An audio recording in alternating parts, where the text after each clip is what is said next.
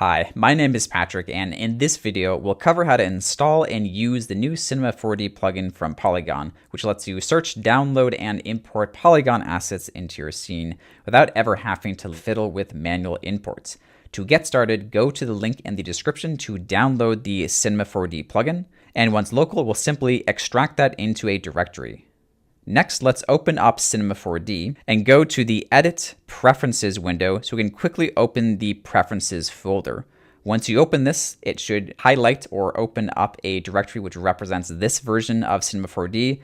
Double-click into that one, and then double-click again into the Plugins folder. And now we'll move the extracted folder into this plugin location. Finally, we need to restart Cinema 4D. Once Cinema 4D has opened up again, go ahead and go to the Extensions dropdown and open Poliigon to open up the plugin. You'll be prompted with a login screen where I'd recommend you quickly log in via browser. We can also click to log in via email if you so desire. So I'm going to log in via browser very quickly. And once I get that confirmation, you'll see that we're now prompted to select a library location. You can certainly use the default, but if you already have your Poliigon assets downloaded on disk, you can click the folder icon to choose that default location to recognize files you've already downloaded. I'm just going to press continue. Once you press let's go, you'll be presented with a live connection to the website with all of the latest assets and your purchases. If you like, you can dock the plugin somewhere in your interface for reuse in the future. If you want to save this layout, you can go to Window, Customization, and then choose one of these saving layout setups. For right now, I'm going to pop it back out into its own window. Now let's go over some basic usage of the plugin. Let's say I'm scrolling through and I want to import a model that I've come across, such as this chair over here. I can go ahead and press purchase on this asset and it will immediately start to download it. Once this asset has been downloaded, I can simply press import and then it's now present inside of my scene. And there you have it, an imported model with no fussing around with the website or manually trying to apply shaders. All the materials have been set up for you and vetted by our Poliigon team.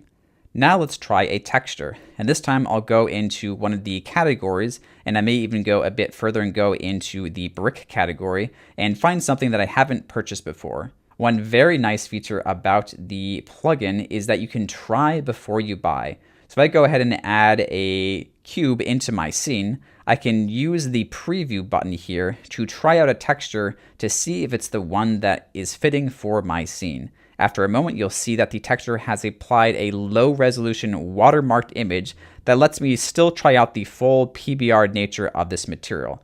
And I can continue to try different textures until I see one that I like.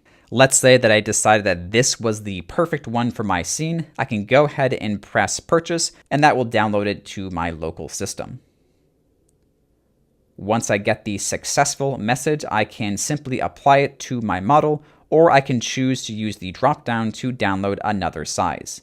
This would be a good moment to point out you actually have a whole set of user preferences if you click the gear icon in the top right hand of the plugin, where you can define the behavior of things such as the default download resolution for your assets. Assets that only have one resolution will still download in that one resolution, but where there are multiple, it will download the closest matching resolution. As you can imagine, it's also just as easy to import any HDRIs that you've also acquired from Poliigon. Simply press the import or choose a larger resolution to download and bring into your scene.